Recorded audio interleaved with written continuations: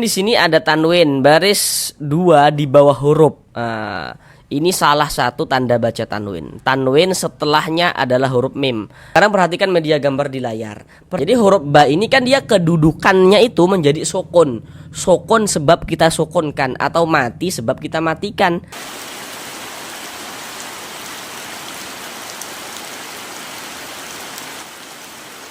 Assalamualaikum warahmatullahi wabarakatuh. Jika memiliki permasalahan, belum lancar di dalam membaca Al-Quran, kemudian belum memahami ilmu tajwid Al-Quran, sehingganya ketika membaca Al-Quran tidak percaya diri, mari belajar mengaji Al-Quran di channel ini. Di sini kami akan berusaha untuk membantu saudara semuanya, baik bapak dan ibu yang sudah lansia maupun saudara yang masih muda, yang kiranya belum lancar di dalam membaca Al-Quran, kemudian belum memahami ilmu tajwid. Maka di sini kami akan berusaha untuk membantu saudara semuanya agar bisa segera memahami ilmu tajwid Al-Quran dengan mudah.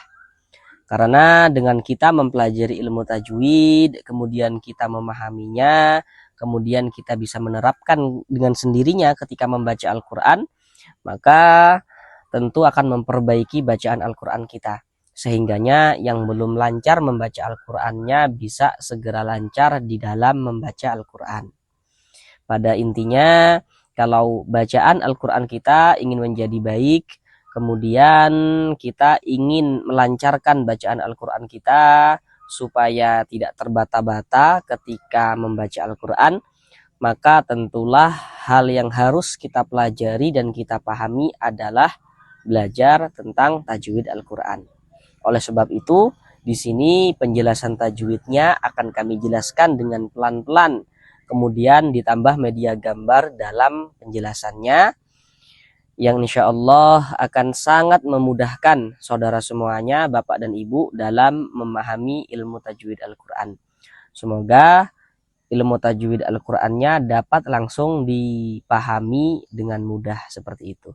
Kemudian nanti jika ada yang belum mengerti atau kiranya masih bingung dengan penjelasan yang kami sampaikan, maka komen saja di kolom komentar, akan kami jelaskan kembali. Di sini kami akan bantu semaksimalnya sesuai kadar kemampuan kami untuk membantu saudara semuanya, bapak dan ibu, agar dapat dengan mudah dalam memahami ilmu tajwid guna untuk memperbaiki bacaan Al-Qurannya. Baik, mari langsung kita mulai belajar mengaji Al-Quran kita. Marilah bersama-sama kita lanjutkan kembali belajar mengaji Al-Quran kita. Sekarang kita masuk pada surah Al-Waqi'ah ayat yang ke-31 dan juga ayat yang ke-32. Bagi saudara semuanya, bapak dan ibu yang baru pertama kali bergabung belajar mengaji Al-Quran di channel ini, di sini di channel ini juga sebelumnya telah kita bahas secara full surah Yasin. Kemudian ini kita masuk pada pembahasan surah Al-Waqi'ah ya. Jadi surah Yasin sudah kita bahas. Sekarang kita masuk pada surah Al-Waqi'ah dan kita sudah sampai pada ayat ke-31 dan yang ke-32 ini. Nah, sekarang marilah kita baca terlebih dahulu bersama-sama dengan pelan-pelan. Baru setelah itu akan kami jelaskan tajwidnya dengan pelan-pelan. Semoga dapat langsung dipahami tajwid Al-Qur'annya dengan mudah. Bismillahirrahmanirrahim. Wa ma'im maskub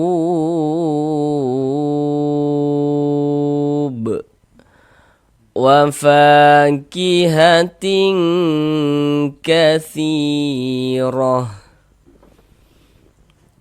Sekarang marilah kita pelajari tajwidnya dengan pelan-pelan. Pertama di sini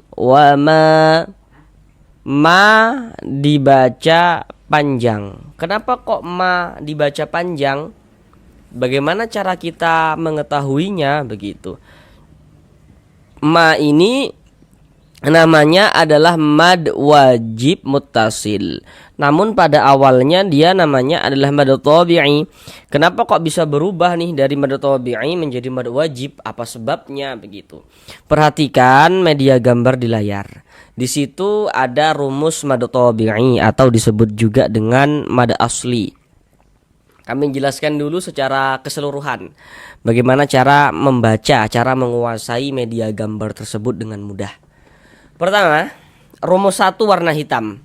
Ada huruf ya sukun. Huruf sukun itu disebut juga dengan huruf mati. Jadi maksudnya huruf sukun dengan huruf mati itu maksudnya sama saja. Rumus 1 yang warna hitam. Huruf ya sukun sebelumnya harokat kasroh. Nah, jadi kalau ada huruf ya sukun sebelumnya harokat kasroh, maka huruf yang memiliki harokat kasroh dibaca panjang. Rumus 2 warna hitam. Huruf waw sukun sebelumnya harokat domah. Jadi kalau ada huruf waw sukun sebelumnya harokat domah, huruf yang memiliki harokat domah dibaca panjang. Rumus 3 warna hitam. Huruf alif sebelumnya harokat fathah. Jadi kalau ada huruf alif sebelumnya ada harokat fathah, maka huruf yang memiliki harokat fathah dibaca panjang begitu. Kemudian nanti di dalam Al-Quran untuk menunjukkan tanda panjang, nah 3 huruf yang kami sebutkan barusan itu ya, 3 huruf yang kami sebutkan barusan itu ya, ketiga huruf yang barusan kami sebutkan itulah yang disebut dengan huruf mad. Kemudian nanti di dalam Al-Quran untuk menunjukkan tanda panjang, huruf-huruf mad itu bisa ditulis dalam bentuk seperti yang warna hijau. Bentuknya, bukan warnanya, bentuknya. Nah, seperti itu. Misalnya tuh rumus 3 warna hitam, nanti bisa ditulis dalam bentuk seperti yang warna hijau, yakni alif kecil atau harokat fathah berdiri di atas huruf. Nah seperti itu. Nah, sedangkan ma dibaca panjang ini penjelasannya terletak di rumus 3 yang warna hitam. Nah, coba diperhatikan tuh rumus 3 warna hitam. Di situ ada alif, sebelum alif ada harokat fathah. Nah, di bawah harokat fathah itu ada titik-titik kan. Nah, titik-titik di sana tuh maksudnya itu letaknya huruf yang dibaca panjang. Jadi kalau ada alif sebelumnya ada harokat fathah, maka huruf yang memiliki harokat fathah dibaca panjang begitu. Nah, sama kayak ini contohnya nih, ma ini. Nah, jadi kalau kita mengaji Al-Quran itu kita lihat-lihat tuh, kita perhatikan. Kalau kita menjumpai huruf alif, ini huruf alif nih. Ini, cuman di sini huruf alifnya itu disambung dengan huruf mim. Namun yang menjadi titik fokus kita bukan soal sambung menyambungnya, bukan. Karena nanti ada huruf alif yang tidak disambung karena sebelumnya itu huruf yang tidak bisa disambung begitu. Jadi bukan soal sambung menyambungnya. Tapi yang menjadi titik fokus perhatian kita yang pertama ada alif dulu. Ini ada alif nih. Alif nih ya. Jika sebelum huruf alif, kalau sebelum itu berarti yang berposisi sebelah kanan kita ketika kita membaca Al-Quran, sebelah kanan kita.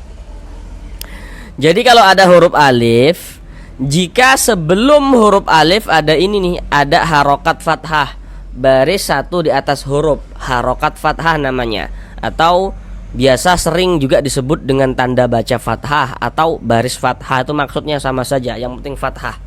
Jadi kalau ada alif sebelumnya ada harokat fathah, maka huruf yang memiliki harokat fathah ini dibaca panjang, sehingga ma dibaca panjang.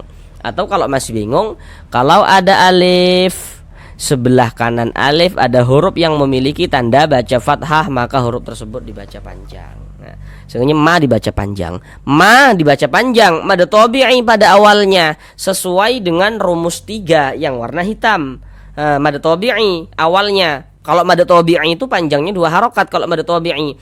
Kemudian mad tabi'inya tuh bertemu dengan ini, dengan huruf hamzah, tapi dia dalam satu kata atau dalam satu kalimat begitu.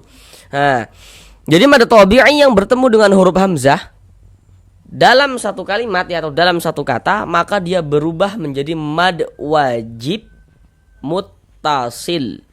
Panjangnya mad wajib itu wajib dibaca minimal 4 harokat. Jadi panjang itu 4 sampai dengan 5 harokat begitu. Tidak boleh dibaca dengan 2 harokat, tidak boleh. Minimalnya tuh 4 harokatnya, 4 sampai dengan 5 harokat. Wa ma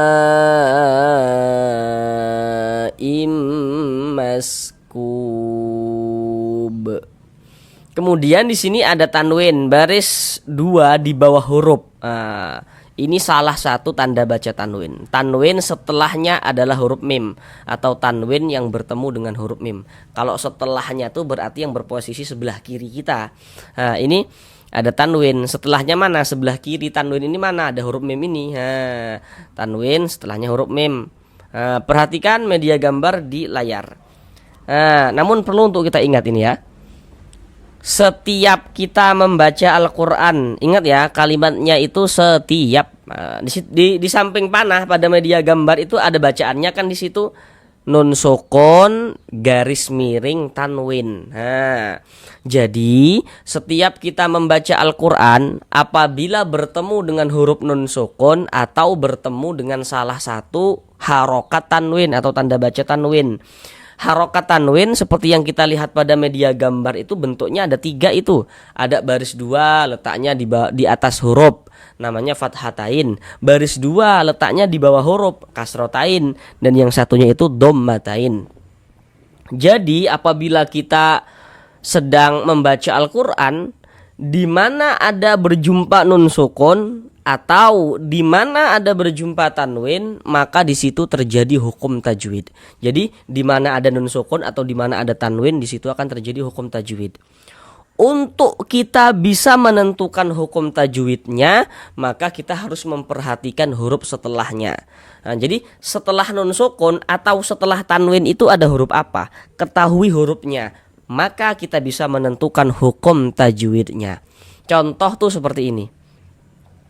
Tanwin setelahnya adalah huruf mim.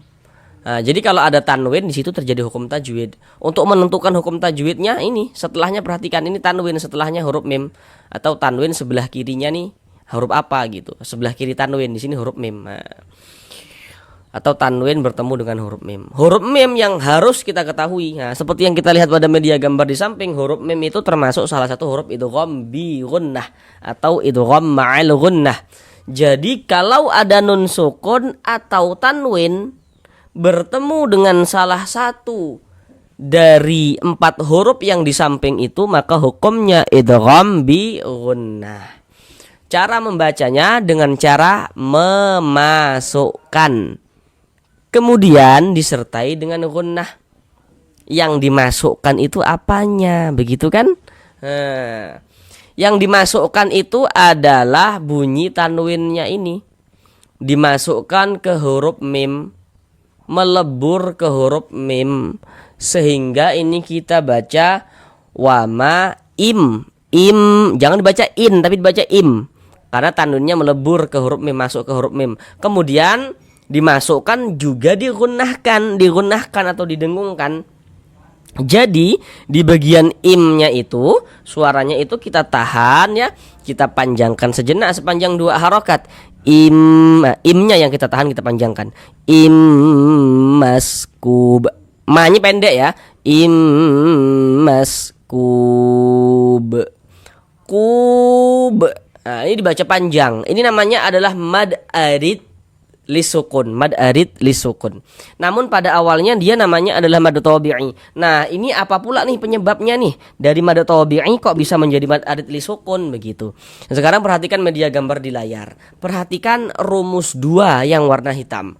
Di rumus 2 warna hitam, di situ kan dapat kita lihat ya, ada waw sukun, sebelumnya ada harokat domah, di bawah harokat domah ada titik-titiknya tuh. Jadi huruf yang memiliki harokat domah tuh dibaca panjang begitu. Penjelasannya tuh contohnya tuh seperti ini. Nah ini, jadi kalau kita mengaji Al-Quran itu kita lihat-lihat nih, kita perhatikan gitu ya. Kalau bertemu dengan huruf waw sukun, ini ada huruf waw, ini ada tanda sukun waw sukun atau huruf waw mati. Jika sebelum waw sukun ada ini nih, ada harokat domah nih, ada tanda baca domah nih, maka huruf yang memiliki tanda baca domah ini kita baca panjang. Sehingganya ku kita baca panjang. Ku dibaca panjang. Mad tabi'i, ku mad tabi'i. Kemudian mad tabi'inya itu bertemu dengan ini, dengan huruf yang kita sukunkan. Di sini yang kita temui hurufnya huruf ba. Dibaca ku ditambah huruf ba yang disukunkan dibaca kub. Nah, seperti itu. Mad tabi'inya bertemu dengan huruf yang kita sukunkan berubah menjadi mad arid li sukun. Panjangnya mad arid li sukun boleh 2 harokat, boleh 4 harokat, boleh juga 6 harokat. Yang terpenting konsisten dalam sekali bacaan. Jadi dalam setiap kita membaca Al-Quran itu kita harus memilih. Kalau mad arid li sukun kita baca 2 harokat, maka saat kita membaca Al-Quran itu semua mad arid li sukunnya kita baca 2 harokat. Kalau kita baca 4, semuanya kita baca 4 begitu. Tidak boleh selang-seling, tidak boleh, harus konsisten. Nah, nanti ada pertanyaan kan misalnya gitu ya. Kalau misalkan saya membaca Al-Qur'annya itu tidak berhenti di huruf ba, kita baca masku biu, nah, maka apakah ku ini tetap menjadi mad arid li sukun? Jawabannya tentu tidak. Jawabannya tentu tidak. Kalau kita tidak berhenti di huruf ba, ya ku ini menjadi mad tabi'i, ya dibaca dengan 2 harokat begitu. Cuman kalau misalkan diwakafkan di huruf ba maka menjadi mad arid li sukun begitu. Huruf yang kita sukunkan huruf ba. Ini kalau kita berhenti, kalau kita berwakaf di huruf ba kita baca kub. Jangan dibaca kubin, jangan. Huruf ba kita sukunkan, kita matikan. Mengapa begitu?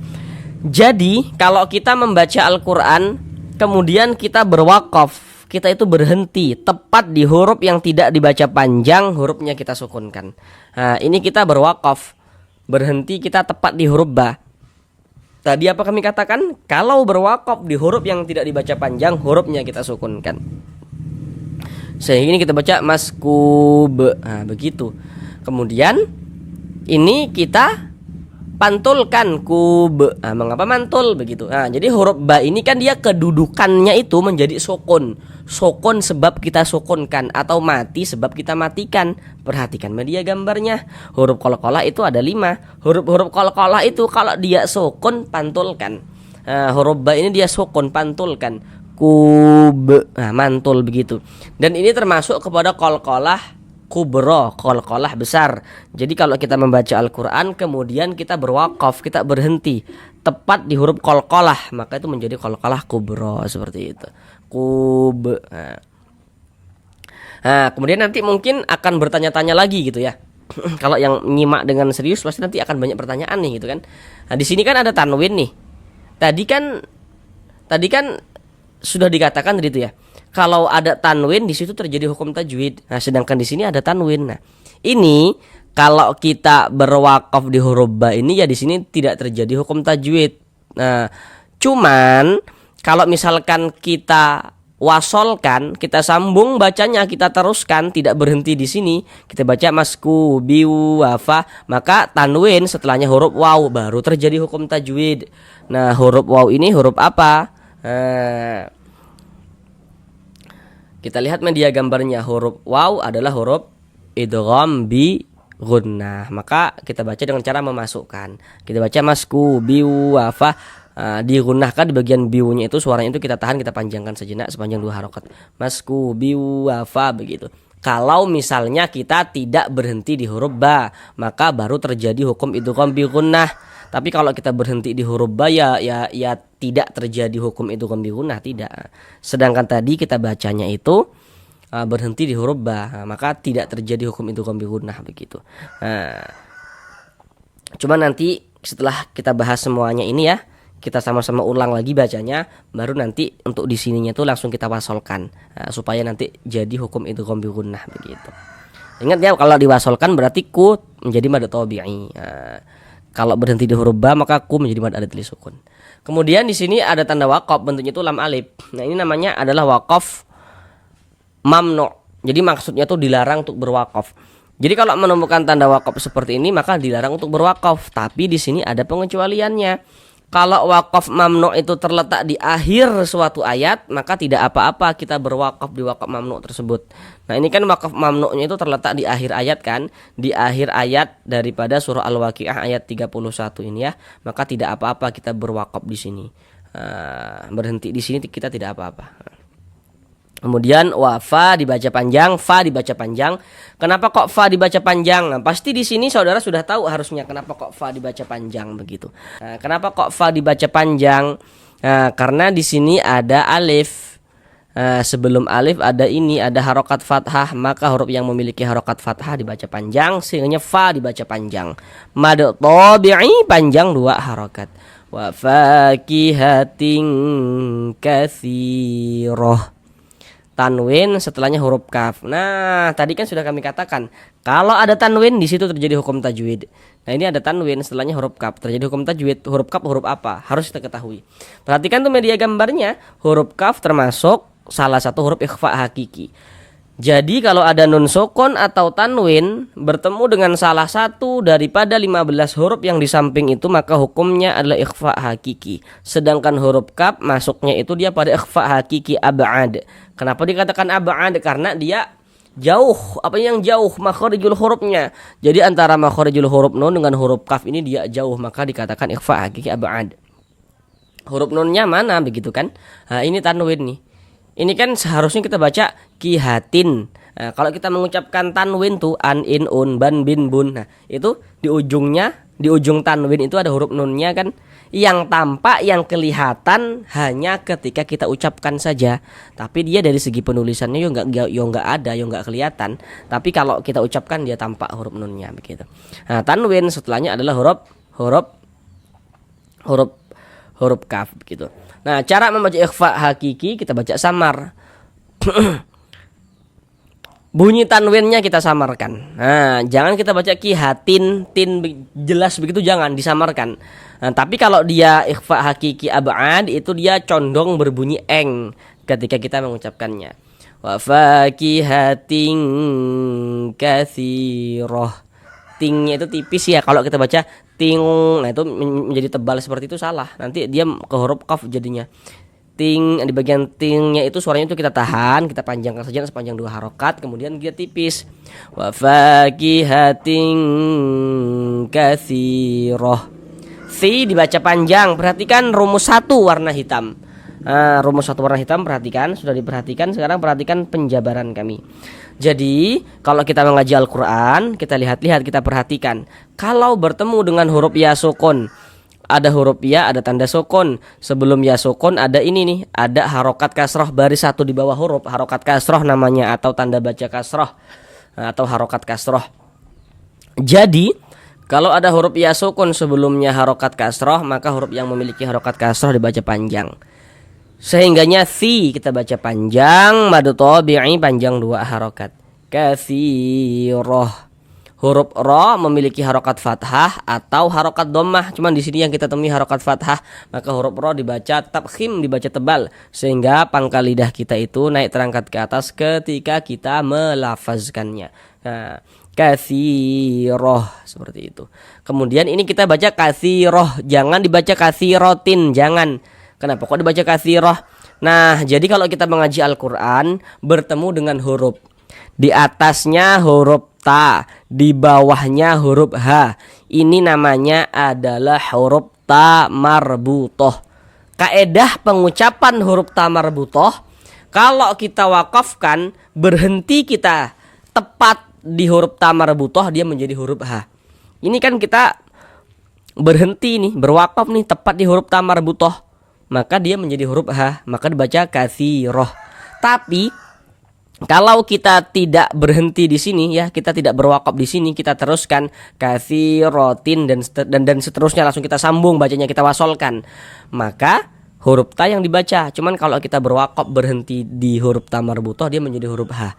Maka ini kan kita berhenti di huruf ta marbutoh ini, kita baca katsirah seperti itu. Kemudian di sini ada tanda wakaf, bentuk itu lam alif, wakaf mamnu, tadi sudah kami jelaskan dengan detail di atas ini ya. Sekarang mari kita ulang bersama-sama sekali lagi dari awal. Wa ma'im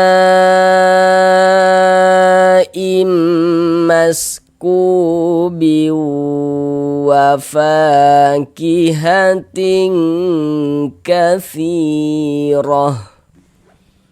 Sampai di sini belajar mengaji Al-Qur'annya. Jika kiranya ada yang belum dipahami dari penjelasan yang kami sampaikan, maka tulis saja pada kolom komentar di bawah.